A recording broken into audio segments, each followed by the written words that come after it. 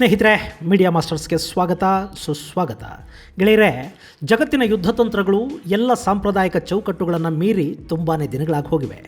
ಈಗ ಕೇವಲ ಸೈನಿಕ, ಅವನ ಶೌರ್ಯ, ಬಂದೂಕು, ಟ್ಯಾಂಕರು, ಯುದ್ಧ ವಿಮಾನಗಳು ಇವಿಷ್ಟರಿಂದಲೇ ಒಂದು ಯುದ್ಧನ ಗೆಲ್ಲೋದಕ್ಕೆ ಸಾಧ್ಯವಾಗೋದಿಲ್ಲ. ಇವತ್ತು ಯುದ್ಧ ಅನ್ನೋದು ಅತ್ಯಾಧುನಿಕ ತಂತ್ರಜ್ಞಾನವನ್ನು ಅಳವಡಿಸ್ಕೊಂಡಿದೆ.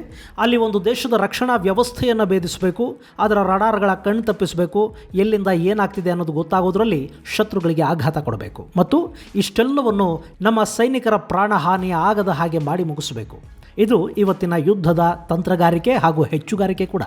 ಹೀಗಾಗಿಯೇ ಇವತ್ತಿನ ಯುದ್ಧದ ಅಗತ್ಯಗಳಿಗೆ ಬೇಕಾದ ಹಾಗೆ ಆಯುಧಗಳ ತಯಾರಿ ಮತ್ತು ಸಂಶೋಧನೆಗೆ ಎಲ್ಲ ದೇಶಗಳು ಗಮನ ಹರಿಸ್ತಾ ಇವೆ. ಇನ್ನು ಕೆಲವು ದಿನಗಳಲ್ಲಿ ಸೈನಿಕರು ನೇರ ನಿಂತು ಯುದ್ಧ ಮಾಡೋ ಪರಿಸ್ಥಿತಿ ಕೂಡ ಇಲ್ಲದಂತಾಗಬಹುದು. ಆಗಸದಲ್ಲಿ ಇಡಲಾದ ಸ್ಯಾಟಲೈಟುಗಳು, ಇಲ್ಲಿ ಪರದೆಯ ಮುಂದೆ ಕುಳಿತ ತಂತ್ರಜ್ಞರ ಮೂಲಕವೇ ಯುದ್ಧಗಳು ನಡೆಯುವ ಕಾಲ ಕೂಡ ಇನ್ನು ಕೆಲ ವರ್ಷಗಳಲ್ಲಿ ಬಂದು ಬಿಡಲೂಬಹುದು. ಈಗಾಗಲೇ ಯುದ್ಧ ವಿಮಾನಗಳ ಜಾಗವನ್ನು ಅನ್ಮ್ಯಾನ್ಡ್ ಡ್ರೋನ್ ಹಾಗೂ ಏರ್ಕ್ರಾಫ್ಟ್ಗಳು ಆಕ್ರಮಿಸಿಕೊಳ್ತಾ ಇವೆ. ಅದರಲ್ಲೂ ಕಡಿಮೆ ಬೆಲೆಯಲ್ಲಿ ನಿರ್ಮಾಣವಾಗುವ, ಶತ್ರುಗಳನ್ನು ಕರಾರುವಕ್ಕಾಗಿ ನಾಶ ಮಾಡಬಲ್ಲ ಇಸ್ರೇಲಿ ಡ್ರೋನ್ಗಳಿಗೆ ಬೇಡಿಕೆ ದಿನದಿಂದ ದಿನಕ್ಕೆ ಹೆಚ್ಚಾಗ್ತಾ ಇದೆ. ವಿಶ್ವದ ನಾನಾ ದೇಶಗಳಿಗೆ ಬೇಹುಗಾರಿಕಾ ಡ್ರೋನ್ಗಳನ್ನು, ಅಟ್ಯಾಕಿಂಗ್ ಡ್ರೋನ್ಗಳನ್ನು ಕೊಡ್ತಾ ಇರೋ ಇಸ್ರೇಲ್ ಈಗ ತನ್ನ ಬತ್ತಳಿಕೆಯ ಮಹಾಸ್ತ್ರವೊಂದನ್ನು ಏಷ್ಯಾದ ಮಿತ್ರ ರಾಷ್ಟ್ರಗಳಿಗೆ ಕೊಡೋದಕ್ಕೆ ಮುಂದಾಗಿದೆ. ಅವುಗಳನ್ನು ಇಸ್ರೇಲ್ ಕಾಮಿಕಾಜೆ ಅಂತ ಗುರುತಿಸಿದರೆ, ಜಗತ್ತು ಮಾತ್ರ ಅವುಗಳನ್ನು ಆತ್ಮಾಹುತಿ ಡ್ರೋನ್ಗಳು ಅಂತ ಕರೀತಾ ಇದೆ. ಹಾಗಾದರೆ ಈ ಡ್ರೋನ್ಗಳ ಸಾಮರ್ಥ್ಯ ಎಂಥದ್ದು? ಅವುಗಳನ್ನು ಸೈನ್ಯದಲ್ಲಿ ಹೇಗೆಲ್ಲ ಉಪಯೋಗಿಸಲಾಗುತ್ತೆ? ಇಷ್ಟಕ್ಕೂ ಇಸ್ರೇಲ್ ತಾನು ಯಾರಿಗೆ ಡ್ರೋನ್ಗಳನ್ನು ಸೇಲ್ ಮಾಡ್ತಿದ್ದೀನಿ ಅನ್ನೋ ಗುಟ್ಟನ್ನು ಯಾಕೆ ಬಿಟ್ಕೊಡ್ತಾ ಇಲ್ಲ ಅನ್ನೋ ಕುತೂಹಲಕಾರಿ ವಿಚಾರನ ಒಂದ್ಸರಿ ನೋಡಿಕೊಂಡು ಬರೋಣ ಬನ್ನಿ.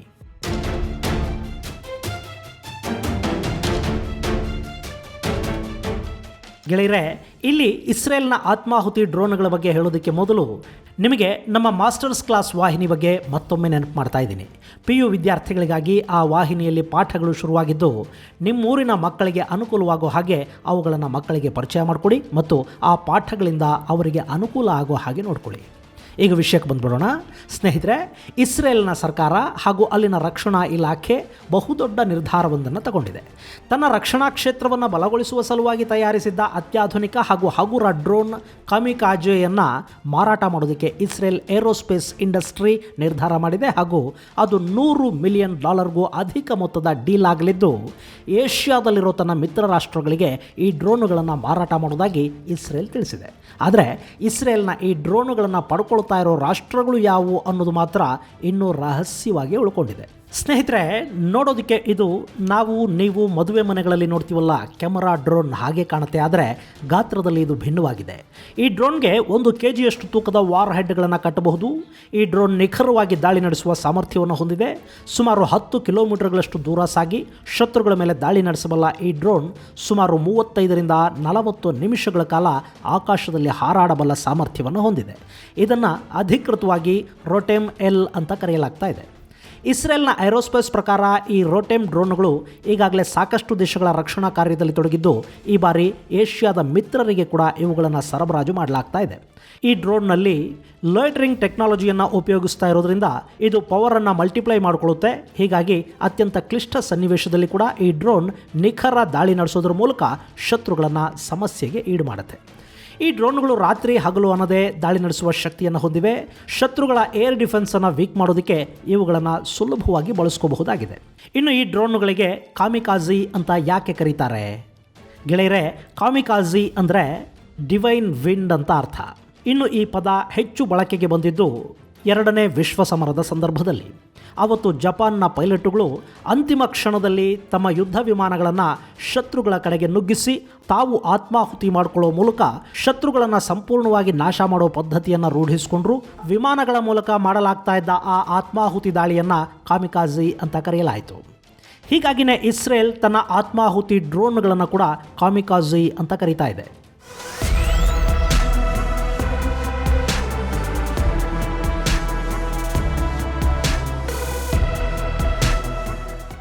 ಇನ್ನು ಈ ಆತ್ಮಾಹುತಿ ಡ್ರೋನ್ಗಳನ್ನು ಏಷ್ಯಾದ ಯಾವ ರಾಷ್ಟ್ರಗಳು ಪಡೆಯುತ್ತವೆ ಅನ್ನೋದನ್ನು ಇಸ್ರೇಲ್ ಇನ್ನೂ ಸ್ಪಷ್ಟವಾಗಿ ತಿಳಿಸಿಲ್ಲ. ಆದರೆ ಆ ರಾಷ್ಟ್ರಗಳ ಪಟ್ಟಿಯಲ್ಲಿ ಭಾರತದ ಹೆಸರಂತೂ ಖಚಿತವಾಗಿ ಇದ್ದೇ ಇರುತ್ತೆ.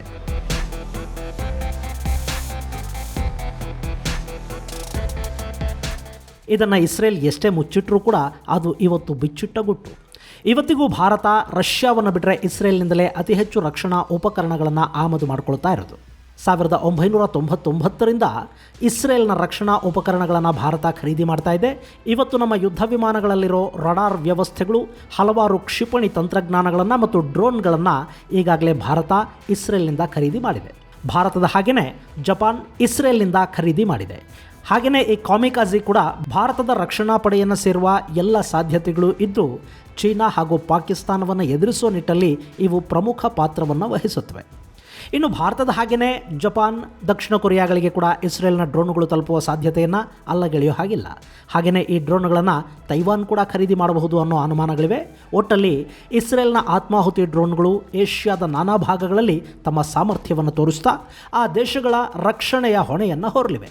ಇನ್ನು ಈ ರೋಟೆಮ್ ಡ್ರೋನ್ಗಳ ಮಾದರಿಯಲ್ಲೇ ನೌಕಾಪಡೆಗಾಗಿ ಕೂಡ ಇಸ್ರೇಲ್ ಡ್ರೋನೊಂದನ್ನು ಅಭಿವೃದ್ಧಿಪಡಿಸಿದೆ. ಅವುಗಳನ್ನು ಹರೋಪ್ ಅಂತ ಕರೆಯಲಾಗ್ತಾ ಇದ್ದು, ಸಮುದ್ರದಲ್ಲಿನ ಅಪಾಯಗಳನ್ನು ಕೂಡ ದೂರದಲ್ಲೇ ನಿವಾರಿಸಿಕೊಳ್ಳೋದಕ್ಕೆ ಇವು ಸಹಾಯಕವಾಗಬಲ್ಲವು ಅಂತ ನಂಬಲಾಗ್ತಾ ಇದೆ. ಈ ಹರೋಪ್ ಡ್ರೋನ್ಗಳನ್ನು ಕೂಡ ಕಂಟ್ರೋಲ್ ರೂಮ್ನಿಂದಲೇ ನಿಯಂತ್ರಿಸಬಹುದಾಗಿದೆ. ಈ ಹರೋಪ್ ಡ್ರೋನ್ಗಳನ್ನು ಕೂಡ ಭಾರತ ಖರೀದಿಸುವ ಸಾಧ್ಯತೆ ಇದೆ. ಗೆಳೆಯರೆ, ಇದು ಇಸ್ರೇಲ್ನ ಆತ್ಮಾಹುತಿ ಡ್ರೋನ್ಗಳ ಕುರಿತಾದ ಸಂಕ್ಷಿಪ್ತ ಮಾಹಿತಿ. ಮುಂದಿನ ವಿಡಿಯೋದಲ್ಲಿ ಮತ್ತೊಂದು ಮಾಹಿತಿಯನ್ನು ನಿಮ್ಮ ಮುಂದಿಡ್ತೀನಿ. ಅಲ್ಲಿವರೆಗೆ ಜೈ ಹಿಂದ್, ಜೈ ಕರ್ನಾಟಕ.